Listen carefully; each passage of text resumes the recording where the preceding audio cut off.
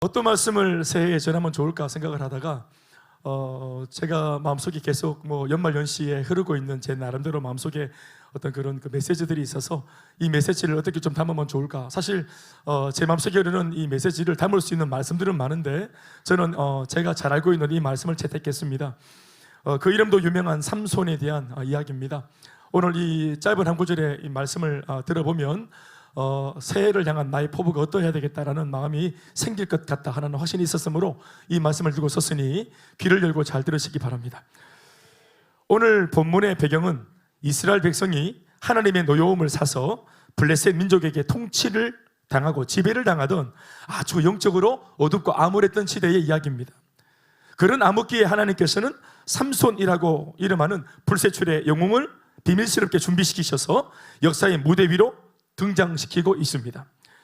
그중 특별히 오늘 우리가 읽은 본문은 어엿한 성인으로 성장한 삼손이 자신이 마음에 생각해 둔 여자가 있다면서 다짜고짜 결혼을 시켜달라고 자신의 부모에게 청을 하는 소위 삼손의 결혼 이야기가 그 배경입니다. 1절에서 2절 말씀입니다. 소리내어 같이 읽어주세요. 시작. 삼손이 딥나에 내려가서 거기서 블레셋 사람의 딸들 중에 한 여자를 보고 올라와서 자기 부모에게, 말씀은 같이 읽는 겁니다. 2절 시작.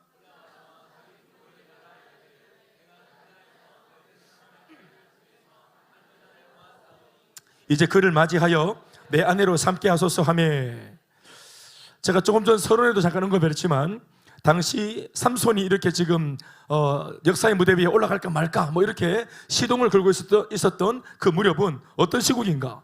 영적인 암흑기라 불리던 이스라엘 역사 가운데서도 가장 힘들고 가장 비참했던 사사기 시국입니다. 이스라엘 모든 백성들의 신앙은 변질되었고 그에 따른 하나님의 징계로 지금 현재 이스라엘은 블레셋으로부터 말로 못할 고통을 겪고 있는 아주 영적으로도 어수선한 그런 시국에 명색이 그래도 삼손이 누굽니까? 사사입니다. 시대를 책임지는 영웅. 그러니까 명색이 그래도 사사라는 작자가 그 무엇보다 먼저 감당해야 할 사사로서의 사명보다 지극히 개인적인 자신의 결혼 문제를 더 앞에 놓고 부모와 논쟁을 하고 있는 모습이 가당키나 한가 하는 생각이 듭니다. 일반인도 아니고 지금 목회자가 되어야 될 사람 혹은 목사가 될 사람, 이제 전도사를 넘어 이제 강도사가 됐거나 이런 정도의 지금 그 사역자입니다. 그런데 특별히 하나님께서 역사의 무대 위에 등판시키셔서 지금 시대의 어둠을 지금 이 사람을 통해 밝히나 마나, 벗기나 마나 이러고 있는 시국에 지금 이 정작 사역자인 이 삼손은 자기 개인 결혼 문제에 지금 몰두하고 있는 모습입니다. 결혼 자체가 잘못된 것은 아닙니다. 사역자라도 결혼해야 됩니다. 그렇죠? 나는 금년에 우리 김병준 전도사가 결혼했으면 참 좋겠고, 그렇죠. 김병준 전도사 총각인데 결혼하는 게 죄 짓는 거 아닙니다. 어디 있노 지금 김병준 전도사? 왜? 맞구나. 어린이 사역으로 바뀌었지 금년부터. 그래. 알겠습니다. 확실한 알리바이가 있었네. 진짜 그 금년부터 주니어 사역을 하고 있습니다. 네. 예배가 자신이 없어서 부서를 바꿨나? 그 사역자라도 결혼을 해야 되지. 그렇죠? 그러니까 사생활을 우리가 무시해서는 안 됩니다. 사생활이 사역에 발목 잡아서는 안 되지만 그렇다 해서 사생활을 다 무시해서는 안 되는 거죠. 지혜롭게 잘 감당해야 되겠죠. 그러나 삼손이 결혼하려고 지금 마음을 먹고 부모를 막 그냥 청을 하면서 땡깡을 부리고 하는 이 시국은 조금 상황이 여러 가지 편에서 공적으로 볼 때 굉장히 어두운 그런 환경이었고 어려운 시국이었습니다. 그런데 그런 시국에 하필이면 이 사명을 받은 삼손이 이렇게 했어야만 됐나 하는 이런 물음을 던지면서 본문 이야기가 이어갑니다. 그도 그럴 것은 심지어 자신의 결혼 상대로 삼손이 지목한 여인은 블레셋의 한 도시 딥나에서 만난 이방 여인입니다. 뼛속까지도 세속으로 가득 차 있는 미스 블레셋이었습니다. 미스 블레셋 진선미 중에 들어가는지 모르겠지만 삼손은 이 여인을 보자마자 결혼하기로 결심을 했습니다. 이거 보통 아닙니다. 여인이 있는데 남성이 보자마자 결혼해야 되겠다라는 마음을 갖도록 만드는 여인은 굉장한 여인입니다. 여자가 무슨 짓을 한 게 아닙니다. 그냥 있는데, 자기는 그냥 있는데 이 여자를 본 삼손이 나는 결혼할 거야. 그냥 말을 걸어볼 거야. 차를 마실 거야. 이게 아니고 나는 결혼하고 말 거야. 이렇게 마음을, 과거 우리가 비슷하시죠? 예. 우리 다 그렇게 결혼하는 거 아닙니까? 딱 보자마자 그냥 결혼을 땡기게 만드는 여자입니다. 1절을 보시면 한 여인을 보고, 띄워주시겠습니까? 1절을 보시면 삼손이 딥나에 내려갔다가 한 여인을 보고, 그 여자를 보러 간 거 아닙니다. 하나님께서 어떤 사명자로 세워가는 과정에서 블레셋 도시 한 도시에 그냥 정탐차 보낸 겁니다. 그런데 삼손이 그냥 하나님께서 보내심을 받고 들어갔던 도시에서 이 여자를 봤는데 결혼할 마음이 생긴 거예요.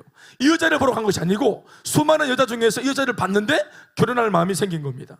2절 말씀에도 한 여인을, 이름 없는 무명의 한 여인을 보았사오니 이제 그를 맞이하여 내 아내로 삼게 하소서라고 연거푸 적고 있는 대목을 보십시오. 그녀는 보는 순간 결혼을 결심하게 만드는 아주 치명적인 여자입니다. 이 여인이 엄청난 미인이었든지 아니면 삼손이 멍청하든지 둘 중에 하나입니다.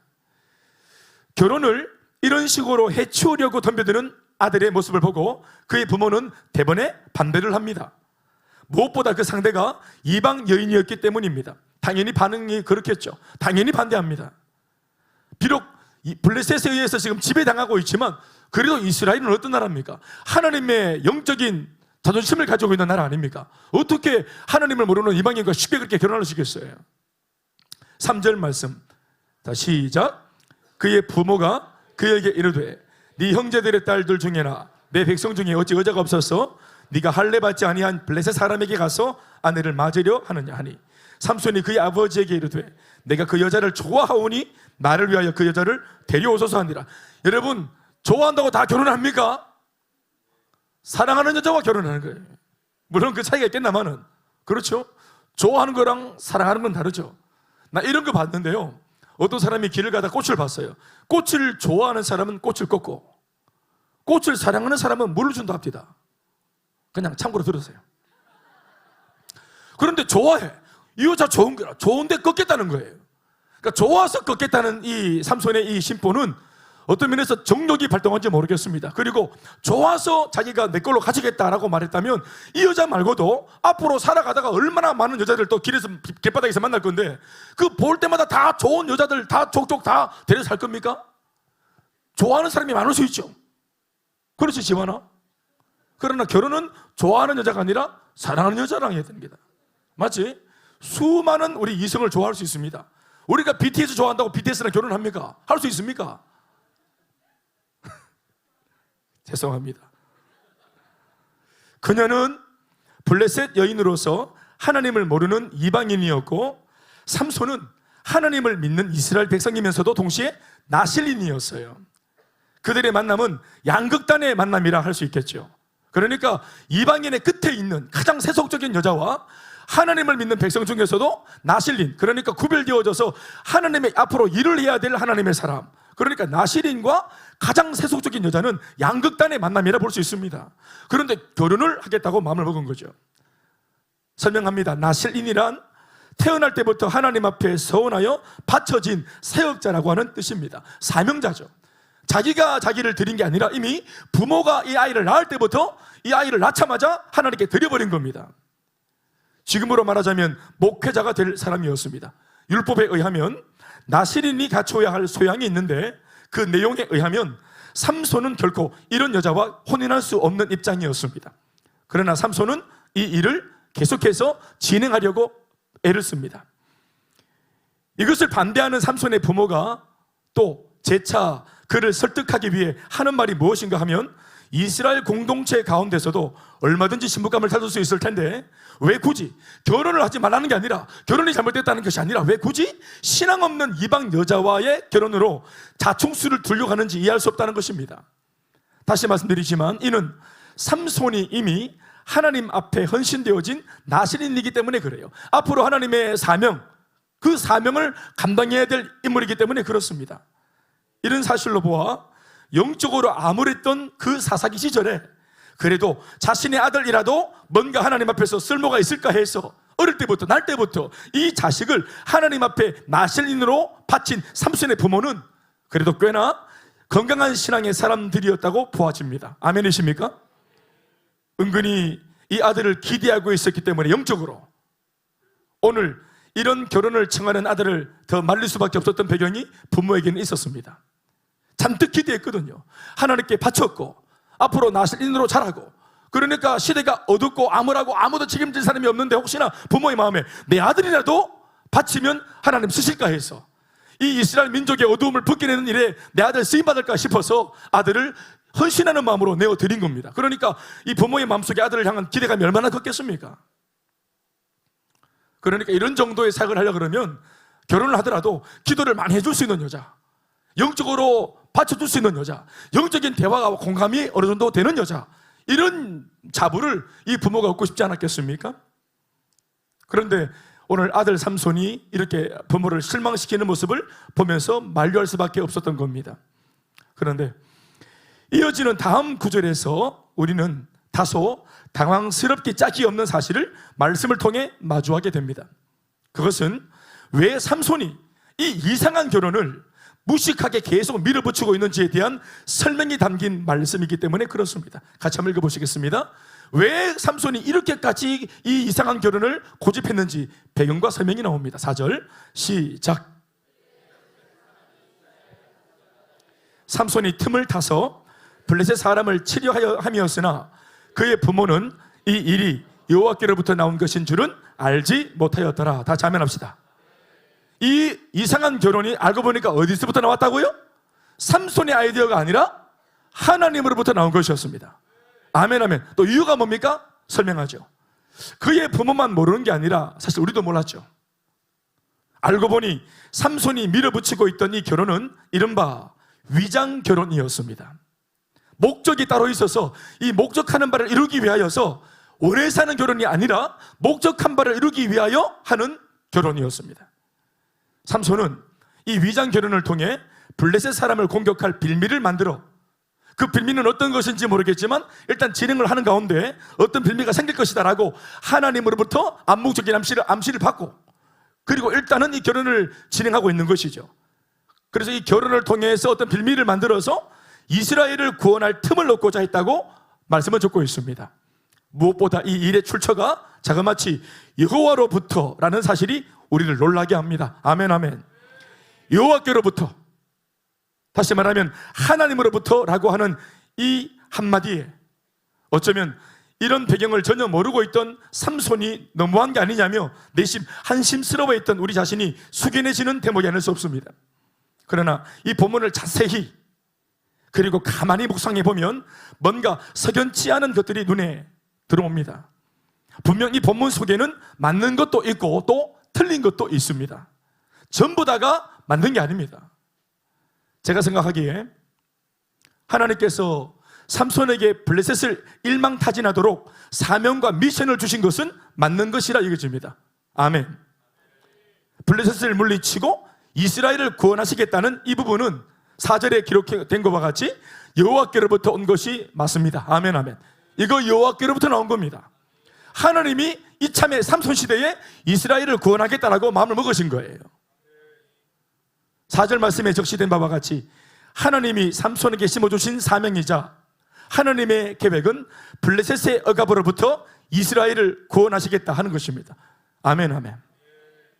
그러니까 이러한 계획을 그래도 삼손의 시대에 삼손을 통해서 이러한 모습으로 하나님이 구원의 계획을 가지고 있다는 사실이 그들에게는 복음입니다. 아멘, 아멘. 자기들이 믿음을 저버렸고 죄를 지었고 그 불신에 대한 징계로 블레셋에 지금 통치를 받고 있는데 이 모양 이꼴로 계속하면 안 되잖아요. 이걸 사람이 끊을 수는 없고, 그런데 하나님이 먼저 이걸 손을 보고 구원하겠다고 작심을 해주시고 계획을 세워주신 것은 은혜지요. 아멘, 아멘. 그리고 이 사명을 굳이 삼손을 통해 이루시겠다고 하나님은 말씀하십니다. 이런 부분도 여호와께로부터 온 것이 분명합니다. 아멘, 아멘. 그리고 보다 더 구체적으로 접근해 보자면 이 구원 프로젝트는 삼손의 위장 결혼을 통해서 시작될 것이라는 계획도 여호와께로부터 온 것이 틀림이 없습니다. 아멘. 그러니까 정리해 보면 하나님의 계획이 뭐냐? 하나님께서 삼손을 통해 블레셋 여인과의 위장 결혼이라는 방법으로, 그리고 이번에 이스라엘을 구원하겠다라는 것이 바로 하나님의 계획입니다. 아멘, 아멘. 이 모든 게 하나님으로부터 온 것이며 지금 삼손은 자그마치 자기 민족의 운명을 걸고 이 엄청난 사명을 감당하는 중이라 이 말씀입니다. 아멘이십니까? 그러니까 삼손이 대단한 것이죠. 알고 보니까 대단하죠. 자신의 사생활을 하나님을 위해 내어드린 너무나 훌륭한 나신인이고 그 시대의 사명자가 맞습니다. 여기까지 이렇게 보면은. 자, 그런데 여기 이 지점에 문제가 하나 있습니다. 하나님으로부터 온 이 사명이 실제로 이론은 문제가 없습니다. 하나님의 프로젝트, 하나님의 계획, 그것은 문제가 없고 가자가 없어요. 그런데 이 프로젝트와 사명이 실제로 실현시켜야 할 이 프로젝트를 실현시켜야 할 사명자인 삼손을 통해 진짜로 진도가 나가기 시작하면서부터 뭔가 예상하지 못했던 상황들이 연거푸 발생합니다. 원래는 매끄럽게 그리고 일사천리로 일이 진행되었어야 하는데 뭔가 문제가 생깁니다. 하나님의 계획이 완전하니까 그 과정도 이 완전한 계획을 마음에 받아서 이것을 이루는 사람의 사명자의 현장에서도 매끄럽고 일사천리로 좋은 일들이 일어나야 되는데 그렇지 않고 삐걱거렸어요. 이 프로젝트가 진행되는 과정에서 발생된 크고 작은 모든 문제들의 공통점은 다름 아닌 이 프로젝트를 진행해 나가는 정작 현장에 있는 사명자였던 삼손의 미숙함이었습니다. 완전하신 주님, 완전하신 계획, 완전하신 프로젝트. 그러나 이것이 누구를 통해 이루어지는가 하면 결국 사람을 통해 이루어집니다. 그런데 이 사람은 하나님이 아니에요. 이 땅에 몸을 담고 있는 삼손은 완벽한 사람이 아닙니다. 그래서 그 삼손의 미숙함이 이제 하나님의 완전함과 만났지만 여기에서 뭔가 문제가 생깁니다. 우리가 지금까지 다룬 구절에서만 보면 약 한 3가지 정도를 그 미숙함을 꼬집어 말할 수 있습니다. 첫 번째, 결혼 상대를 고르는 과정입니다. 위장 결혼이라고 하는 프로젝트는 아이디어는 하나님께서 주신 겁니다. 그것 때문에 딥나로 보낸 거예요. 결혼 상대를 고르는 과정에서 그의 미숙함이 드러납니다. 무언가 하면은 내 보기 좋은 대로 여자를 택합니다. 비록 위장 결혼이긴 하지만 이왕이면 참한 자매로 그러면서 은근히 하나님의 위대한 역사가 막 진행되어지는데 자기 욕심이 사명 속에 들어갑니다. 이거 어차피 위장 결혼입니다. 결혼식하고 같이 못 살아요. 그렇지만 삼손의 마음에는 이왕이면 진선미 중에서는 진, 미스 대구 말고 미스 코리아 그렇게 하나님의 일이고 공무 수행 중이고 자신의 나라 운명, 민족의 운명을 걸고 하는 너무너무 중차대한 일이지만 그러나 위장 결혼이지만 그러나 자매는 예뻤으면 좋겠다. 이게 삼손의 마음입니다. 두 번째, 이 프로젝트를 하나님으로부터 받았을지라도 부모와 공유하지 않고 심지어 결혼 문제를 놓고 다툽니다. 팀 사역이 안 되는 거죠. 이게 그 사람 이 삼손의 미숙함입니다. 신앙이 있는 부모였기 때문에 얼마든지 협업이 가능합니다. 어릴 때부터 자신을 하나님께 바칠 정도로 비록 시대는 어두웠지만 그의 부모는 기도하는 부모였고 시대를 읽고 있는 부모였습니다. 아들을 바칠 정도로 하나님 나라를 위해서. 아멘 아멘. 그러니까 대화가 돼야 안 돼요? 협업이 돼야 안 돼요? 공유가 돼야 안 돼요? 얼마든지 되죠. 같은 말 같은 마음 같은 뜻이 될 수 있는데 그러려면은 애초에 말씀을 받은 사람이 말씀을 나누어야 되는 거예요. 삼손이 부모에게 받은 은혜를 나누었어야 되는 것입니다. 그리고 공조하면 더 좋죠. 더 잘할 수 있죠. 어차피 결혼을 혼자 하는 게 아니잖아요. 양가 부모가 만나는데 우리 부모가 같이 팀워크를 이루어주면 얼마나 이걸 잘할 수 있겠습니까? 그리고 세 번째는 사명에 대한 어긋난 우월감이 그의 미숙함이었습니다. 하나님의 일을 내가 한다 하는 그 겸손하지 못한 모습이 영적인 분별력을 가리니까 앞에 2가지가 안 되었던 겁니다. 이 시대에 아무도 하나님의 일을 할 사람이 없어요. 하나님이 물론 선택해서 삼손이 지금 부름을 받았지만 그러나 자기가 한 것이 아무것도 없지만 이 어두운 시대에 지금 내가 하나님 일을 하고 있다. 아무도 안 하지만 나는 하고 있다. 나는 특별한 사람이다. 내가 지금 내가 지금 사생활을 포기하면서까지, 결혼까지 내가 집어넣으면서까지 내가 지금 어떤 일을 하려고 하는 줄 아나? 내가 지금 뭘 생각하고 있는 줄 아나? 하고 이렇게. 그러니까 이러한 태도가 이 내면이 미숙한 삼손을 우쭐하게 만들어 준 겁니다. 그러니까 이게 겸손하지 못하니까 주도면밀하지 못하고 협업할 줄 모르고 부모와 공유할 줄 모르는 이런 이상한 불행이 생기는 겁니다. 그리고 내가 결정하는 대로 뭐 하는 거지 뭐 하면서 자기 마음에 드는 여자를 채택하는 것도 그 뿌리가 거기에 있습니다. 그의 미숙함입니다. 행과 행 사이에는 뚜렷하게 그의 미숙함이었더라, 이게 문제였더라라고 적고 있지는 않지만 하나님의 완벽한 프로젝트가 진행되는 과정 속에 그 일을 감당하는 사명자의 미숙함이 그대로 다 노출되어 있습니다. 왜 우리도 한 번씩 보면 분명히 교회에서 하는 참 좋은 일에 동참을 하면서도 좋은 마음으로 기도하고 감동받아서 다 같이 은혜롭게 동참을 하면서도 그 사역을 하는 과정에서 지혜가 없는 통에 부모 자식 간이나 혹은 부부 간에 좋은 분위기에서 협업하지 못하고 우격다짐이나 다툼이나 분노로 그렇게나 좋은 일을 하는 경우가 있지 않습니까? 일은 너무너무 좋은데, 뜻은 너무너무 좋은 뜻인데, 컨퍼런스 가는 건 너무너무 참 좋은 건데, 이걸 막 그냥 싸우고 다투고 막 그냥 돈 막 창갑이 막 감춰왔다가 오배고 숨기고 해가 사기치가 내고, 또 갈 때도 막 서로 막 대빨 싸워가지고 가고, 가는 저기도 또 어느 누구 차를 타고 가는지 이거 막 중요하고,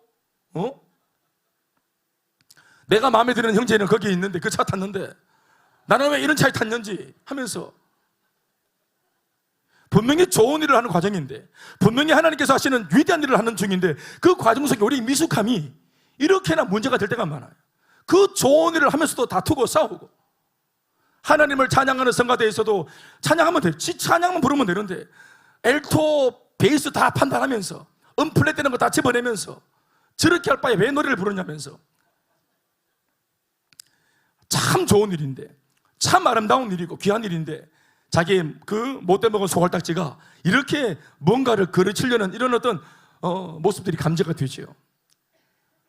왜 이런 일이 생깁니까? 분명 사명자이긴 한데, 참 좋은 일이긴 한데 미숙하기 때문입니다. 이후로도 하나님으로부터 온 이 위대한 사명을 받긴 했으나 그 사명 앞에서 한없이 미숙한 모습으로 반응하는 이 애처로운 사명자 삼손의 모습을 계속 보게 될 겁니다. 저는 오늘 뒷부분에 있는 몇 가지 말씀, 14장에 있는 말씀들은 열정 예배 시간에 오후에 제가 전하려고 준비해 두었습니다. 아마 성경이 삼손의 이런 여러 가지 형태의 미숙함을 까발려 놓고 상세하게 기록한 까닭 중에 하나는 준비가 안 된 미성숙한 사명자의 모습을 통해 독자인 오늘의 우리 자신을 돌아보게 하려는 성령의 의도라고 생각을 합니다. 우리 자신을 돌아보라고. 삼손이 보여주는 성경 속 설익은 모습은 영락없는 오늘 우리의 모습입니다. 주님이 주신 부르심이 아무리 화려하고 내가 받은 비전과 사명이 아무리 귀하다고 해도 정작 그 일을 감당하는 사명자인 당사자가 미숙한 모습으로 일관하면 아무런 일이 일어나지 않는다는 사실을 우리에게 알려주는 것입니다. 이걸 노골적으로 오늘 이 말씀을 듣고 있는 우리를 향하여서 전해주고 있는 것입니다. 결국 삼손의 부모는 하나님의 그 어떤 선한 뜻이 있다는 사실을 전혀 모른 채로, 안 말해주니까 모르지, 모르는 채로 다만 삼손의 고집에 의해 이 결혼을 승낙했고, 이내 곧 그 여인을 만나기 위해 아들과 같이 블레셋에 있는 딥나로 같이 내려가게 됩니다. 그런데 바로 그 여정길에서 돌발 상황이 발생합니다. 하나님으로부터 온 사명, 그 사명을 감당하기 위해 위장 결혼을 하러 가는 이 비장한 사명의 길목에서 갑자기 돌발 사태 하나가 발생합니다.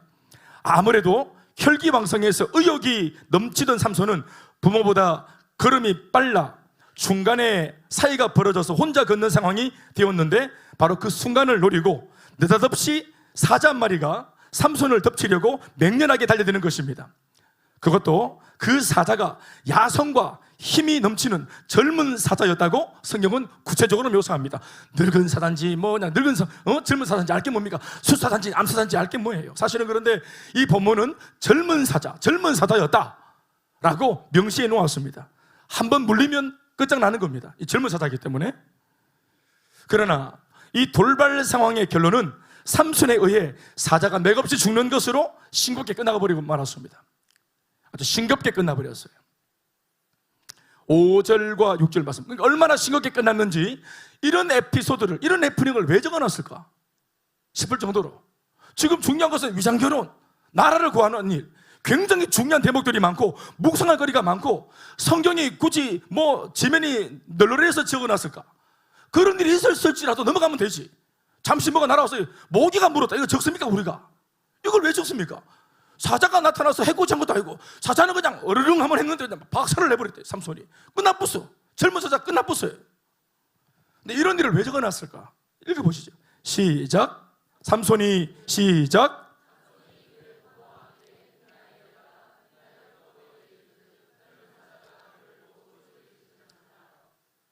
6절.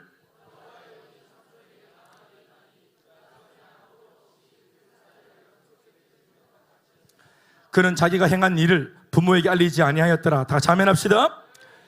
이 일을 행할 때 성령이 역사하신 것으로 보아 사자를 물리치는 그 과정에서 하나님의 영이 감동하여서 순식간에 삼손에게 임했습니다. 아멘, 아멘. 여러분, 구약에서의 성령은 우리가 예수님 이후로 오신 성령과 달리 계속해서 우리 가운데 임재해 계시는 것이 아니에요. 소위 조금 경망스러운 표현이긴 하지만 구약의 성령님은 출장 오시는 성령이었어요. 그러니까 반드시 오늘 필요에 의해서, 갑자기 그 순간에 필요에 의해서 임하시고, 그리고 사역을 하시고, 사역이 끝나면 다시 사라지시는 그런 하나님이셨습니다. 그런 성령이었어요. 지금은 우리 시대의 성령은 우리 속에 계속해서 내주해 계시죠. 임재해 계시죠. 그러나 이때만 해도 성령님은 출장 가시고 오시는 성령이었어요. 그래서 순식간에 이전에 없던 성령이 위기를 만난 삼손의 심령 속에 갑자기 급박스럽게 임재해서 충만함을 주었습니다. 아멘, 아멘. 그러니까 이렇게 성령이 역사하신 것으로 봐서 하나님께서 삼손을 보호하시려고 힘을 주신 것이 분명하죠. 6절에 여호와의 영이 삼손에게 강하게 임하시니, 아멘, 아멘. 강하게 임했습니다. 사자도 강했는데 하나님의 성령을 받은 삼손은 더 강했습니다. 아멘, 아멘. 젊은 사자는 젊었는데 성령 받은 삼손은 더 젊었습니다. 사실 삼손이 안 다쳐서 다행이긴 하지만, 아멘이긴 하지만, 이럴 거면, 이렇게 싱겁게 끝날 거면 이 사자는 왜 삼손에게 달려들었으며, 또 성경은 별 의도도 없이, 의미도 없이 무의로 끝난 이 사자의 괜한 공격과 죽음을 왜 이렇게 기록해 놓았는지 잘 이해가 안 되는 대목입니다. 저만 그렇습니까? 이거 이해가 안 돼야 되는데, 그것도 지금 이 여정의 무게감과 이 여정의 중요성을 생각하자면 이 사자 출몰 사건은 상당히 이상한 겁니다. 이상해야 되는데, 그 본문 전체를 아우르는 핵심 키워드가 주로 이런 이상해 보이는 사건 속에는 분명히 하나님의 심오한 의도가 있습니다. 아멘이십니까? 성경을 볼 때 항상 이런 이상해 보이는 사건을 그냥 넘어가지 말고 깊이 묵상해 봐야 됩니다. 거기에 중요한 요소들이 숨어 있습니다. 전후 맥락 속에서 앞과 뒤에 전혀 이해가 안 되는, 중간에 나타나는 이상한 해프닝은 없어도 되는 사건 같은 거, 그런 거 속에 이 본문 전체를 푸는 열쇠가 들어 있습니다. 아멘, 아멘. 사랑하는 여러분, 지금부터 이 말씀을 주목하십시오. 이 사자 출몰 사건은 하나의 상징이며 하나의 메시지입니다. 하나님께서 삼손에게 주시는 말씀이고 메시지입니다.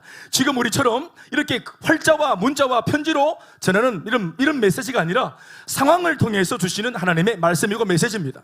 아멘, 아멘. 따라합시다. 사자는 말씀, 사자는 메시지. 누가 받아야 될 메시지고 말씀입니까? 삼손입니다. 어떤 일을 하러 가는, 나라의 운명을 걸고 굉장히 중요한 일을 하러 가는 그 사명자 삼손이 반드시 들어야만 하는 말씀입니다. 아멘, 아멘. 설명해 드리겠습니다. 삼손이 젊고 막강한 이 야생 사자를 어떻게 죽일 수 있었습니까? 매복해 있다가 달려든 그 사자의 공격 속도보다 더 빠른 속도로 하나님의 성령이 삼손에게 역사했기 때문이죠. 정강석화와 같이 순식간에 성령의 능력은 삼손을 사로잡았고, 아멘. 그 성령의 능력으로 삼손은 젊은 사자를, 그 맹렬한 사자를 염소 새끼처럼 찢었다고 본문을 기록하고 있습니다. 아멘, 아멘. 여러분, 사자는 찢는 거 아닙니다. 염소 새끼처럼 찢었다. 염소는 장난입니다. 염소도 찢는 거 아닙니다. 종이도 아니고 그런 거 찢는 게, 왜 우리 요즘에 예능 보면은 우리 김대현 목사님 찢으셨다, 찢었어, 오 대단하다, 찢었네, 무대를 찢으셨다, 찢었습니다. 이게 삼손, 다 성경에 다 원래 그 말이 다 있는 거예요. 누가 찢었어요? 삼손이 사자를 찢은 겁니다. 원래는 사자가 삼손을 찢어야죠. 사람은 큰 야생 사자, 젊은 사자 찢는 거 아니에요. 다시 한번 5절 6절 말씀 읽어보시겠습니다. 다시 한숨에 시작. 삼손이 그의 부모와 함께 딥나에 내려가 딥나의 포도원에 이른즉 젊은 사자가 그를 보고 소리 지르는지라 여호와의 영이 삼손에게 강하게 임하시니 그가 손에 아무것도 없이 그 사자를 염소 새끼를 찢는 것 같이 찢었으나 이는 자기가 행한 일을 부모에게 알리지 아니하였더라. 다시 한번 합시다. 중요한, 아주 막중한 사명의 길목에서 하나님은 사명자 삼손에게 이 돌발 메시지를 통해 표적을 삼을 수 있도록 은혜와 기적의 체험을 하게 하신 것입니다. 성령의 능력이면 오늘 이 젊은 사자를 잡아 죽인 것처럼 이후에 이 젊은 사자 못지않은 저 블레셋 무리도 반드시 물리칠 수 있다는 것을 하나님께서 직접 삼손에게 보여주신 것입니다. 사자를 찢었냐? 앞으로는 블레셋을 찢을 거다. 사자를 찢었냐? 저 원수도 찢을 거다. 사자를 찢었냐? 너희 민족이 만나는 고통과 고난과 문제도 네가 찢을 거다. 아멘, 아멘. 성령이 임하면, 성령의 능력으로 지금처럼 임하면 너 할 수 있다. 이 사건으로 하나님은 그에게 확신을 주고 있습니다. 너 혼자 가는 길이 아니라는 사실을 알려주고 있습니다. 내가 너와 함께 하고 있고 그 어떤 위험이 네게 달려들 때도 때마다 시마다 내가 네게 능력을 줄 것이고, 아멘, 아멘. 너는 모든 문제와 시련을 오늘 이 사자와를 찢은 것처럼 돌파하게 될 것이다. 아멘, 아멘. 그런 확신을 주고 있는 것입니다. 아멘, 아멘. 또 실제로 미숙한 이 사명자가 어떤 큰 일을 할 때 하기에 앞서서 확신이 필요합니다. 아멘, 아멘. 그렇죠. 굉장한 병, 두려운 병, 무시무시한 병을 우리 기도에서 낫기 전에 감기, 두통, 복통 이런 것보다 낫는 경험을 해야 되는 것이에요. 아멘, 아멘. 이기는 습관을 길러야 됩니다. 나도 할 수 있구나, 하나님 나와 함께 하는구나, 이런 확신이 있어야 돼. 아멘, 아멘.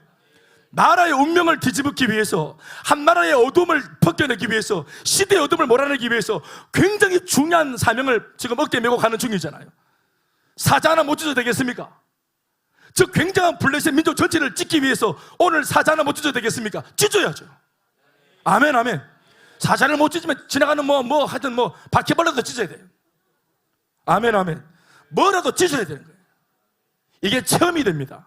아멘입니까? 체험이 되죠. 누가 남을 위해 기도할 수 있습니까? 도구 기도할 수 있습니까? 내 기도의 응답을 받아본 사람이죠. 지가 하는 기도의 응답을 못 받아봤는데 남을 위해서 어떻게 기도합니까? 또 기도할 때 확신이 있겠습니까? 그러니까 내 기도의 응답을 받는, 이게 뭡니까? 이게 사자를 찢는 겁니다. 내까지 이렇게 기도한다고 되겠나 하는 이 불신을 찢는 것이죠. 한 번도 없는 체험을 함으로써 내 안에 있는 모든 불신을 찢는 것입니다. 아멘, 아멘. 누가 전도합니까? 사자를 찢어본 사람이 복음을 전하는 것이에요. 누가 선교합니까? 사자를 찢어본 사람이 선교하는 것입니다. 세리더가 뭐 하는 사람입니까? 적어도 세리 가족들보다는 뭘 많이 찢어본 사람들입니까? 사자를 찢어봐야 돼. 아멘, 아멘. 사지를 찢든지 사자를 찢어야 돼. 네. 내가 체득한 말씀의 능력이 있어야, 체득된 말씀이 있어야 답을 줄 수 있는 것입니다. 카드라가 아니라 내가 먹고 마시고 체험하고 내가 체득한 복음. 사랑하는 여러분, 이 비밀을 아시겠습니까? 그날 거기서 삼손이 찢은 것은 사자가 아니라 두려움이었고 연약함이었고 그의 마음속에 은밀하게 자리 잡고 있었던 불신이었습니다. 그래서 사자를 찢는 은혜를 베풀어 주신 것입니다.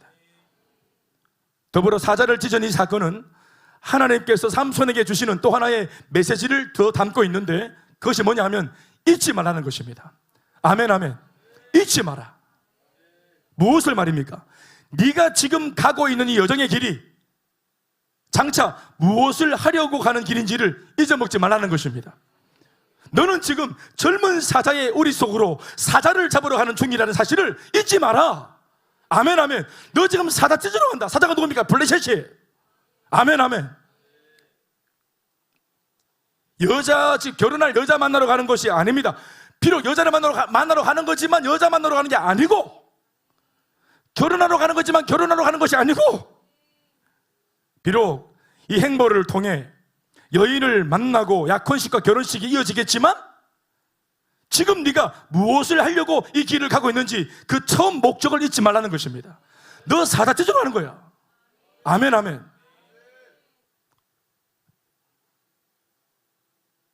실제로 여러분, 우리만 보더라도 많이 잊어먹습니다. 이게 삼손의 경우인 것 같지만 이미 하나님께서 잊어먹을 줄 알고 예측하시고 사다 찢는 체험과 경험과 성령의 체험을 하게 하신 거예요. 응답의 체험을 하게 하신 겁니다. 있습니다. 이런 체험이 없으면 잊어버려요. 멋있게 사명을 외치며 시작하던 그 처음과는 다르게, 저는 목회자잖아요. 제 주변 동료 목회자도 있고 신학교 다니면서 봤던 제 동료들도 있고, 그렇게 하나님 나라 위해서, 세계 선교를 위해서 그렇게 하나님 부름을 받아, 자그마치 하나님께 부름을 받아서 낯선인으로 구별되어져서 그렇게 인생을 다 주께 맡겨드리고 자신의 입신양명을 포기하고 하나님 나라를 위해서 그렇게 들어온 신학교에서 공부하는 과정에 컨닝을 하고, 사명은 뜨고 불타는데 시험을 잘 모르겠어. 컨닝, 목사, 그 시험을 통과해서 목사 왜 달라 하노? 복음을 전하려고, 컨닝하는 반칙하는 친구들에게 답을 주려고, 지가 지금 돌보고 있는 저수전들을 바른 길로 인도하려고, 목사 되기 위해서 자기는 컨닝을 했어야만 되었었나? 전도사님 한 분이 시험지 하시고 있는데 요 답지를 시간 돼가지고 앞에 조교가 가져가려고 땡기니까 조금만 계속 땡기니까 나 봤습니다. 주먹으로 배 때리는 거. 배 때렸어. 뿔따고 나니까 이 전도사님이 배를 푹 때리더라고. 화가 나가지고 그 조교 푹 하면서 이렇게 끝까지 지고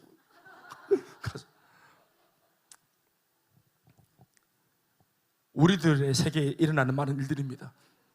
여러분들 직장에서는 배치는 사람 없습니까? 교육자가 우리 여기 계시는데 마찬가지입니다. 우리가 처음에 교육자가 되겠다고 이렇게 우리가 세상을 등지고 들어선 이유가 정말 귀하고 선명하고 중요한 일들이었죠. 그런데 이것을 해나가는 과정 속에서 이렇게 어려움을 겪습니다. 제가 얘기를 들어보니까 우리 선교사들 필리핀에, 인도에 그 멀리까지 이 박수받고 기도받고 그렇게 후원받고 가가지고 냉장고에 내가 감춰놨던 요구르트 누가 먼저 먹었다고 불타고 내고, 양말에 이름 적어놨다 합디다. 내 양말 신지 말라고. 양말하고 요구르트 좀 보내주십시오. 지금 나라의 운명을 어깨에 메고 너무너무 중요한 모든 지금 나라의 운명이 삼손의 어깨에 달려있는 거예요. 이렇게 중요한 사명자가 이걸 잊으면 되겠어요? 근데 잊습니다. 이걸 잊어요. 셀리더가 되었을 때, 처음 되었을 때 우리 지지난주 우리 10명의 우리 신임 셀리더들 얼마나 두렵고 떨림으로 안수받으면서 셀리더가 되었어요? 그런데 이 셀리더 하다 보면은 이 처음 마음이 느슨해지고 다른 마음이 들어오는 게 인지상정이란 말이에요. 우리 복음을 전하기 위해 직장 간다 안 했습니까? 청년들 취업했을 때 하나님께 감사 돌리면서 내게 현장이 주어졌으니까 직장에서 복음 전하고 살리라. 내가 받는 월급은 성교비다 하면서. 근데 짜치 봐라. 내 공부 하나님 나라 위해 산다고 그랬는데 성적이 우리를 배신할 때, 우리 이거 내가 뭐 때문에 처음 이 학과를 정하고 이 대학을 정해서 목표로 삼고 공부했는지 잊어먹습니다. 이거 우리는 결국 삼손이 이 젊은 사자를 찢은 것처럼 문제를 짓고 마귀를 찢고 하나님으로부터 온 사명을 이루기 위해 이 길에 들어섰다는 사실을 다시 기억해내야만 합니다. 사명과 생존이라는 이 영적인 역학구도 속에서 자칫 사명을 이루기 위해 뛰어든 생존 현장에서 생존이 사명보다 더 중요해지다 보면 처음 이 현장에 들어섰던 그 목적이 공중분해되고 마는 것입니다. 얼마 전 설교도 했지만 이게 뭡니까? 목적 위기입니다. 목적이 사라져버리는 거예요. 처음에는 분명한 목적으로 들어왔는데 바쁘고 지치고 힘들다 보면은, 너무 힘들다 보면은 내가 뭐 때문에 일을 했는지, 처음 어떻게 했는지 목적이 사라져버려. 그게 목적 위기예요. 그러니까 목적이 사라진 모든 열심의 행위는 열심히 살더라도 미안한 말이지만 방황입니다. 목적을 잃으면 방황이죠. 그러면서 졸지에 목적이 사라지게 되자 사명을 버리고 자기 살겠다고 붙잡은 생존 역시도 점차 의미를 잃어버리게 되는 것입니다. 그래서 하나님은 오늘처럼 사명으로 가는 이 길목에서 성령의 능력을 덧입어 저 젊은 사자와 같은 문제들을 기적같이 해결해내는 은혜의 체험을 주시는 것입니다. 우리에게도 너무너무 필요한 것입니다. 이게 뭡니까? 그래서 이 사자 찢은 사건이 메시지라는 것이에요. 아멘, 아멘. 내가 너와 함께하고 있다. 두려워하지 마라. 그리고 무엇보다 네가 이 사자를 찢은 것처럼 블레셋이라는 저 문제의 사자를 찢으러 간다는 사실을 잊지 마라. 여자를 만나겠고 약혼할 거고 결혼을 하겠고 사상 안에 빠져들어가겠지만 취업하겠지만 세상살이 하겠지만 네 본연의 목적이 무엇이었는지 잊어먹지 마라. 사자 찢으러 가는 거다. 아멘, 아멘.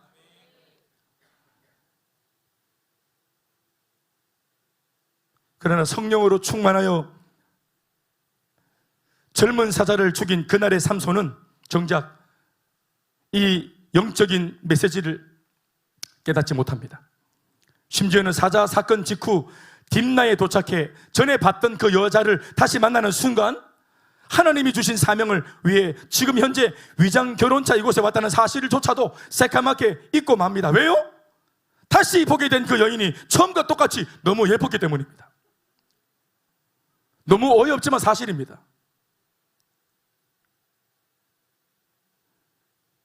7절 말씀입니다. 시작.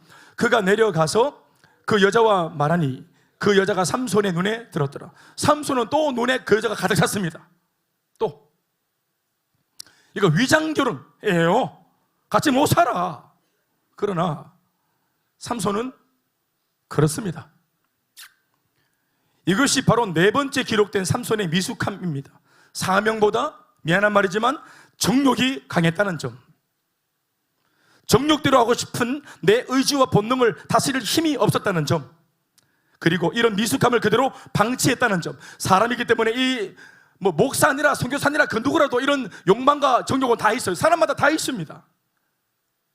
그러나 그것을 알면서도 하나님 주신 거룩한 사명을 위해 이것을 우리가 방치해두면 안 되는 거죠. 기도하든지 말씀으로 대적하든지.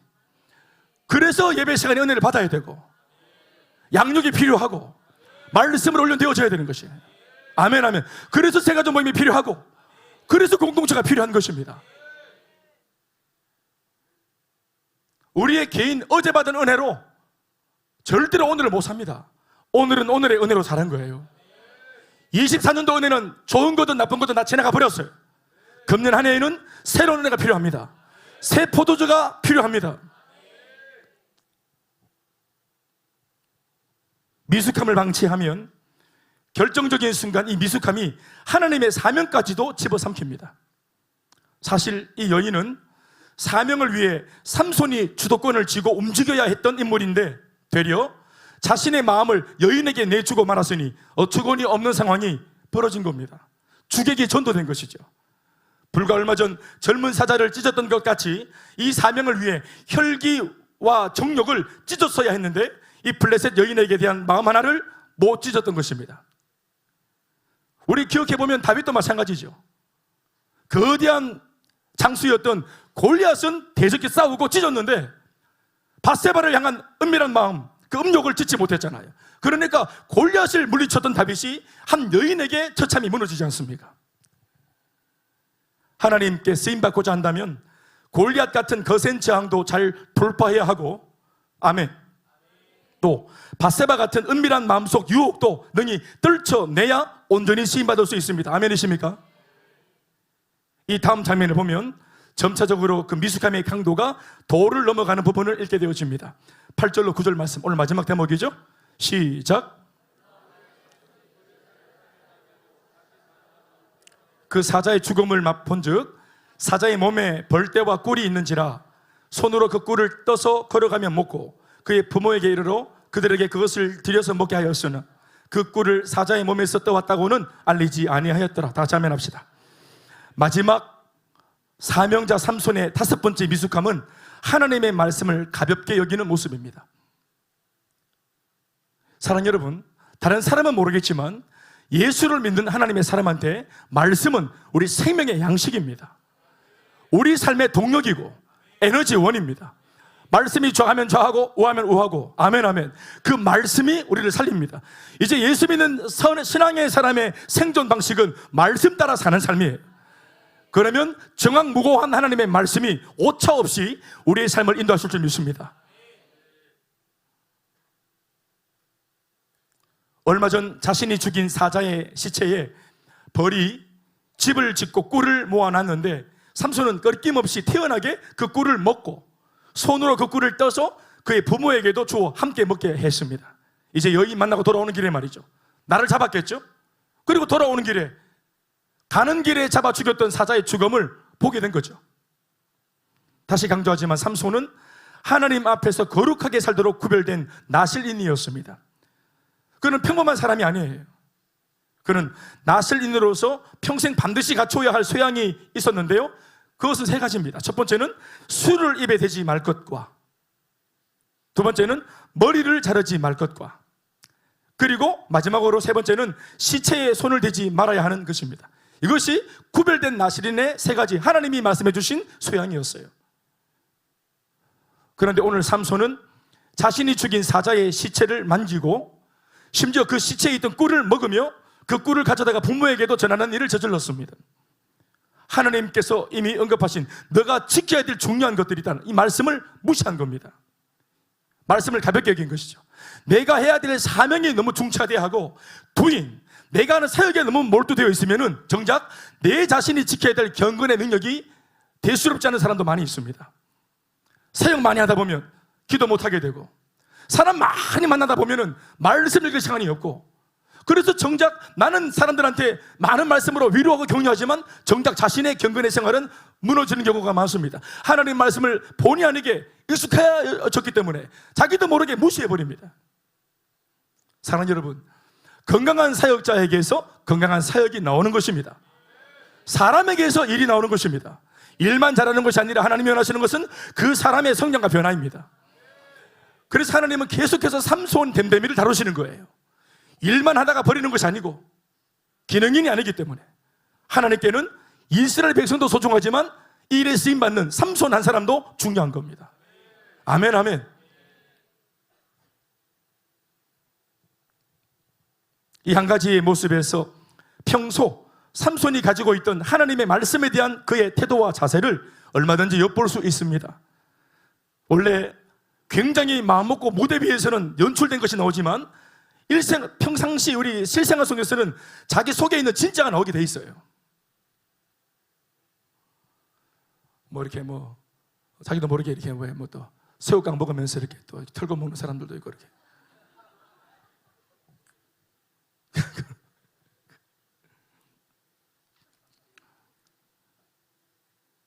8절 말씀을 보시면 띄워놓으실까요? 그 여자를 맞이하려고 다시 가다가 돌이켜 그 사자의 죽음을 본즉 이라는 대목이 있습니다. 그는 우연히 사자의 죽음을 본 것이 아니에요. 가던 길에서 돌이켜 일부러 그 사자의 죽음을 보러 간 겁니다. 우리가 이미 다 아는 바와 같이 사자의 죽음은 기적의 흔적이죠. 아멘. 지난날 하나님께서 그에게 베푸셨던 기적의 흔적입니다. 하나님의 은혜와 능력을 체험한 간증의 흔적입니다.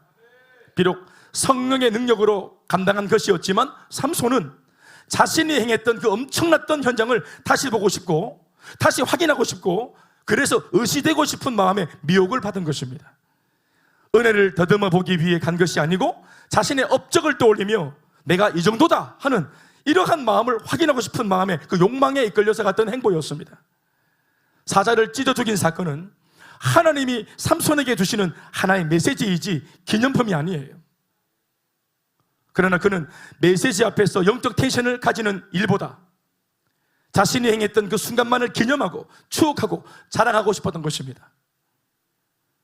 그가 죽은 사자의 몸에서 꿀을 먹은 것은 일종의 전리품을 챙기는 모습인데, 이런 모습은 결코 하나님께서 기뻐하시는 것이 아닙니다. 그 사자 자체에 무슨 의미가 있는 것이 아니에요.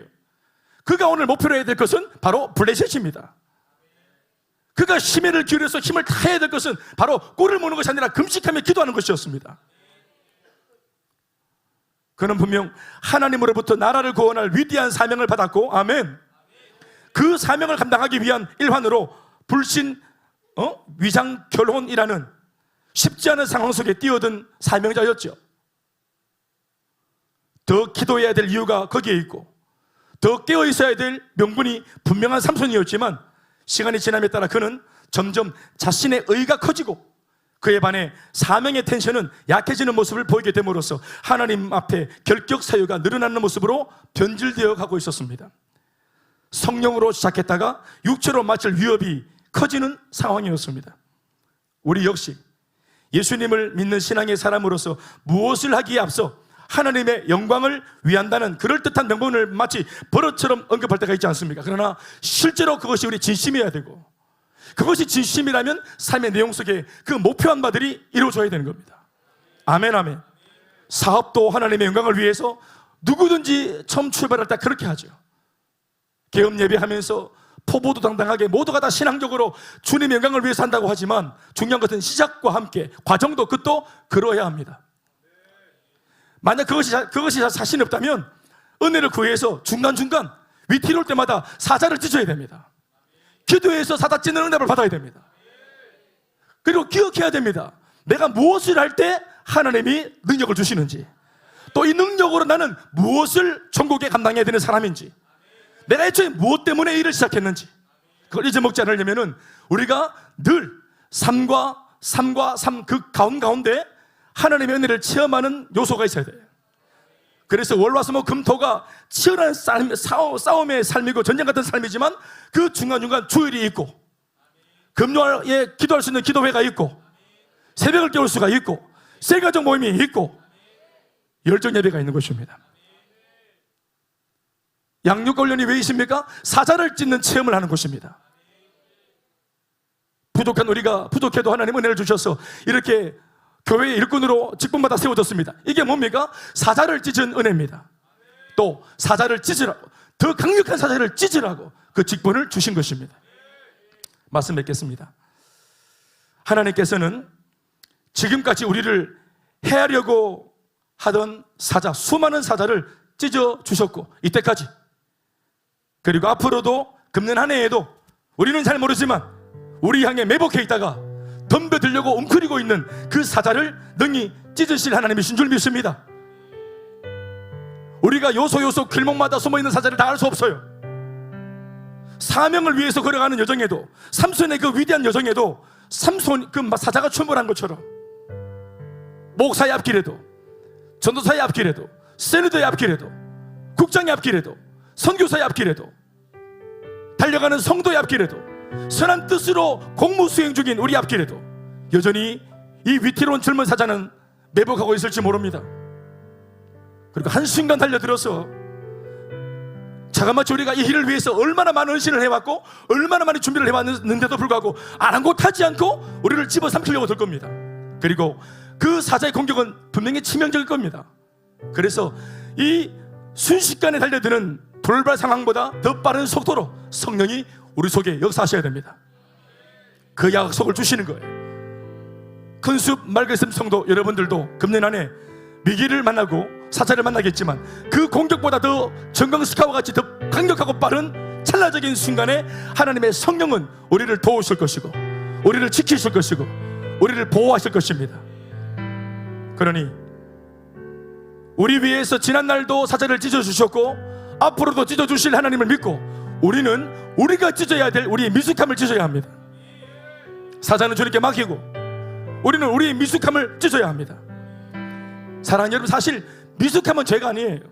태생적으로 내가 태어나면서 가지고 있는 여러 가지 결핍들, 그 미숙함은 죄가 아닙니다.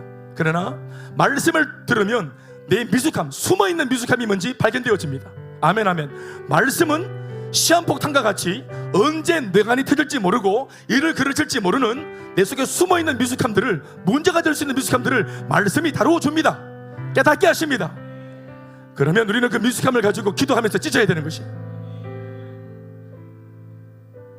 그러나 하나님께서 이렇게 미숙한 우리를 발견하게 하시고 깨닫게 하시는 하고 처리할 수 있는 기회를 주심에도 불구하고 내가 태만하고 게을러 그 기회를 잡지 못한 채로 이 미숙함을 방치한 것은 심히 큰 죄가 될 수 있습니다. 삼손은 하마터면 이 변질되어진 모습이 계속 진도를 나갔다가 자기만 쓰임받지 못하고 무너지는 것이 아니라 한 나라를 구원할 수 있는 그 기회가 이 한 사람의 말도 안 되는 미숙함 때문에 망쳐질 수 있는 위기를 만나는 거예요. 너무나 큰 하나님의 놀라운 계획과 프로젝트가 망가뜨려지기에는 그걸 망가뜨리는 그 사람의 미숙함은 너무 어이가 없잖아요. 나의 게으름 따위가, 나의 속 좁은 이 마음 태도 자세가 은근히 사명을 감당하면서도 내 자랑하려고 드는 이런 어떤 우쭐거리는 마음 하나 못 다스려서 우리가 시대에 쓰임받을 수 있는 기회를 놓친다는 것은 큰 손해죠. 사랑하는 여러분, 이미 우리가 출발을 했고 우리는 여정 속에 있습니다. 우리도 사명 감당하기 위해 뒷나로 가고 있는 중입니다. 내가 무엇 하려고 거기 가는지 잊어먹지 마십시오.